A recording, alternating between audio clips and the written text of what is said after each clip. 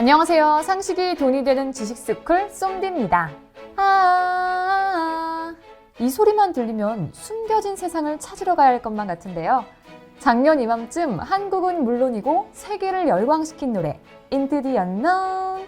겨울왕국2는 개봉 전 사전 예약만으로 110만 관객을 돌파했었고 예매율은 무려 92%가 넘어 역대 애니메이션 중 최초라는 기록을 세우기도 했습니다. 그리고 여러 업체와의 콜라보레이션과 각종 굿즈들은 어린이는 물론 어른이들 사이에서도 크게 신드롬이 됐었죠.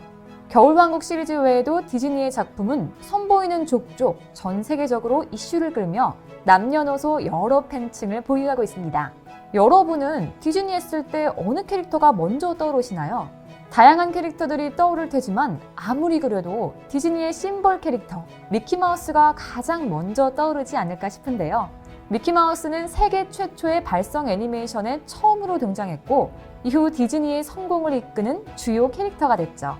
그런데 놀라운 건 전 세계로 나가는 디즈니 제품의 모든 미키마우스와 미니마우스의 캐릭터를 그리는 아티스트는 2명이라고 해요. 즉 전 세계에 공식적으로 미키와 미니를 그릴 수 있는 사람이 단 2이란 겁니다.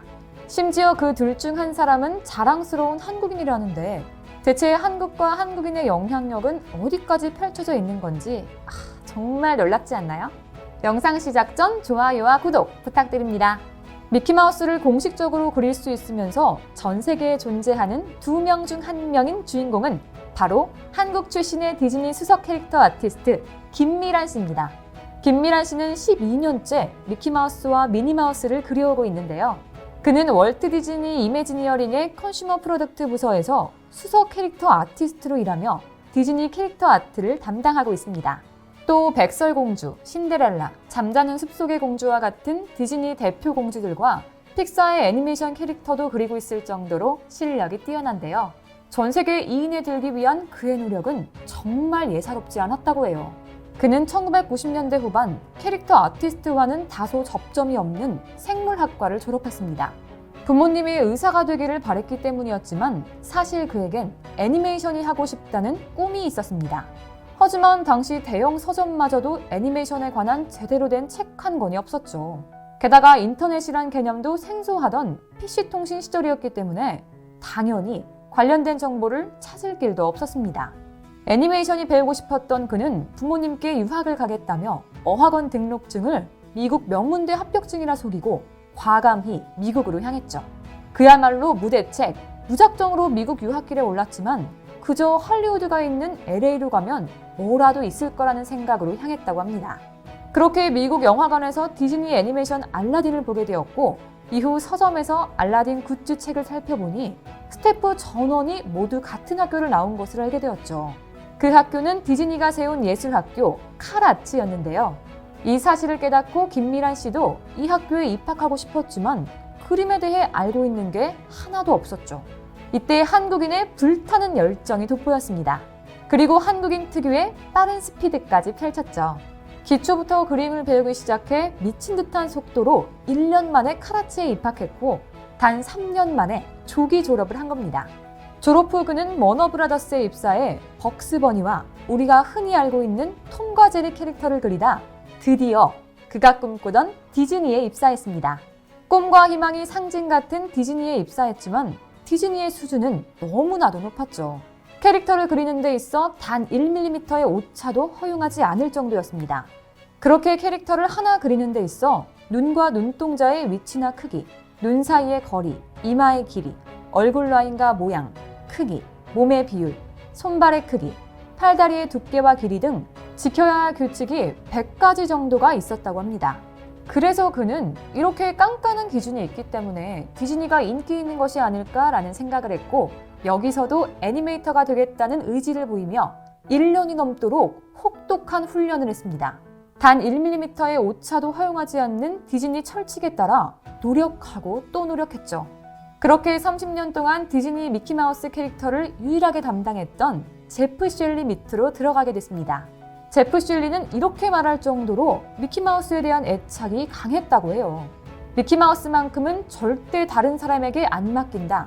그의 말을 들은 김미란 씨는 오기가 생겨 이번엔 미키마우스를 1mm의 오차도 없이 똑같이 그려낼 때까지 연습하고 또 연습했습니다. 그러던 어느 날 제프 실리는 김미란 씨의 미키마우스를 보며 이렇게 말했죠. 저거 내가 그린 건가? 아님 미란 씨가 그렸나? 이렇게 그는 전 세계에서 단 한 명만 그릴 수 있는 미키마우스에서 또 다른 1인이 될 수 있었습니다. 이렇게 엄청난 노력으로 김미란 씨는 자신이 꿈에 그리던 디즈니에서 애니메이션 캐릭터 아티스트가 될 수 있었는데요. 그리고 김미란 씨뿐만 아니라 디즈니에서 꿈을 그리는 한국인이 더 있습니다. 최영재 애니메이터는 디즈니 스튜디오를 이끌어 나가는 대표 스태프인데요. 그는 한국 브랜드 구두 디자이너로 시작해 애니메이터의 길을 걸은 인물로 독특한 이력만큼이나 라푼젤, 겨울왕국, 주토피아에 이르기까지 끊임없는 발전을 거듭하며 영화에 큰 공을 세웠습니다. 그의 말에 따르면 디즈니 스튜디오 전체 인원이 1000명 정도 되는데 이 중 1%가 한국인이라고 하는데요. 한국 스태프들은 특유의 근면함과 성실함이 두드러진다며 긍지를 보여줬죠. 또 캐릭터 디자인 슈퍼바이저 김상진 씨는 1995년 디즈니에 입사해 약 20년간 라푼젤, 볼트, 공주와 개구리, 치킨 리틀, 타잔 등 굵직굵직한 작품들을 도맡아왔습니다. 게다가 전 세계에 눈보라를 일으켰던 겨울왕국에서 서로 닮은 듯 다른 상반된 매력으로 전 세계를 매료시킨 엘사와 안나의 어린 시절과 두 자매의 부모님인 왕과 왕비를 디자인했습니다. 뿐만 아니라 주연 캐릭터들의 자연스럽고 다양한 얼굴 표정들 역시 그의 손끝에서 탄생했죠. 디즈니에서 작품을 펼치던 그는 안락함에 안주하지 않고 한국으로 돌아와 한국인 크루들과 이름을 걸고 작품을 선보였습니다. 그 대표작이 바로 작년 7월 25일 개봉했던 레드슈즈입니다. 레드슈즈는 그림과 내용, 그리고 영어 대사로 이루어져 있어 헐리우드 애니메이션이라고 생각하기 쉽지만 순수 한국 애니메이션입니다. 2003년 애니메이션 원더풀 데이즈의 컴퓨터 그래픽을 담당한 홍성호 씨가 각본과 연출을 맡았고 앞서 소개했던 겨울왕국, 모아나, 주토피아 등에 참여한 김상진 씨가 캐릭터 디자인과 애니메이션 감독을 맡았습니다. 레드슈즈는 백설공주와 일곱 난장이의 차관의 이야기를 새롭게 비틀어 독특한 이야기를 담고 있습니다. 마법의 빨간 구두를 신고 미인이 된 스노우와 저주를 받아 초록 난장이로 변해버린 일곱 왕자의 모험담이 담겨있죠. 이 애니메이션의 묘미는 누구나 아는 동화를 비틀어 외모 지상주의를 비판한 겁니다. 예쁘고 날씬한 외모의 백설공주가 유리관 속에 누워 수동적으로 왕자를 기다리는 그런 내용이 아닙니다. 레드슈즈에서 공주는 통통한 외모로 전통적인 미인상과는 거리가 있으면서 불의에 맞서 싸우는 캐릭터입니다. 이를 통해 레드슈즈는 내면의 아름다움을 깨우치는 스토리로 마니아들에게 호평을 받았습니다. 이런 호평은 한국뿐만 아니라 전 세계 극장가까지 넘어가 활약했습니다. 작년 9월 포르투갈을 시작으로 독일, 홍콩, 러시아 등 전 세계 각지에서 연달아 개봉을 시작했죠. 팬데믹으로 인해 극장가의 암흑기가 시작됐음에도 굴하지 않고 올해까지 총 70여 개국에서 배급을 시작하며 세계 일주를 이어가고 있었습니다. 특히 올해 1월 24일 폴란드에서 극장 박스오피스 성적 130만 달러로 애니메이션으로서는 드물게 큰 성과를 거두었을 뿐만 아니라 7월 2일 호주에서는 254개관에서 개봉해 개봉 3주차 만에 박스오피스 98만 달러를 기록하면서 한국 애니메이션의 힘을 과시했죠. 이어 그 다음 날인 3일 스페인 214개관에서 개봉해 2주 연속 박스오피스 1위를 달성하는 쾌거를 보여줬습니다. 이렇게 각 대륙의 성공에 힘입어 프랑스에서 약 300개관에서 개봉해 호평을 얻기도 했는데요. 이 외에도 7월 말 아르헨티나, 파라과이, 우루과이 등 남미 지역에서, 가을에는 터키, 인도, 체코, 헝가리에서 개봉을 했고 2021년에는 일본에서의 개봉까지 예정되어 있습니다. 그런데 사실 한국 애니메이션 시장은 화려하진 않습니다. 하지만 그 누구보다 기발한 아이디어와 캐릭터로 전 세계에 그 힘을 보이고 있습니다. 그 대표적인 것이 바로 아기상어입니다. 유튜브에서 전 세계인들에게 인기를 끌고 있는 국산 애니메이션 캐릭터 아기상어는 지난해 해외에서 800억 원 이상을 벌었죠.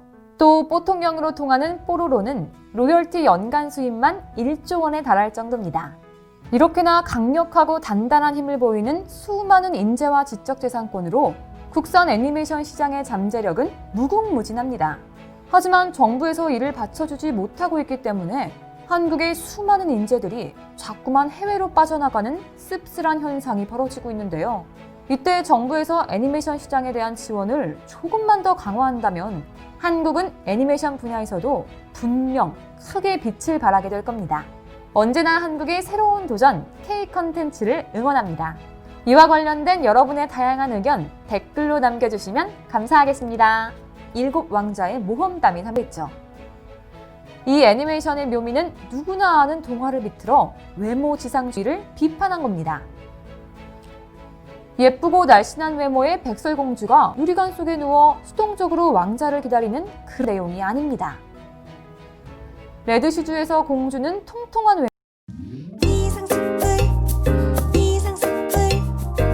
주식을 모르면 이상스쿨. 주식 모르니 이상스쿨.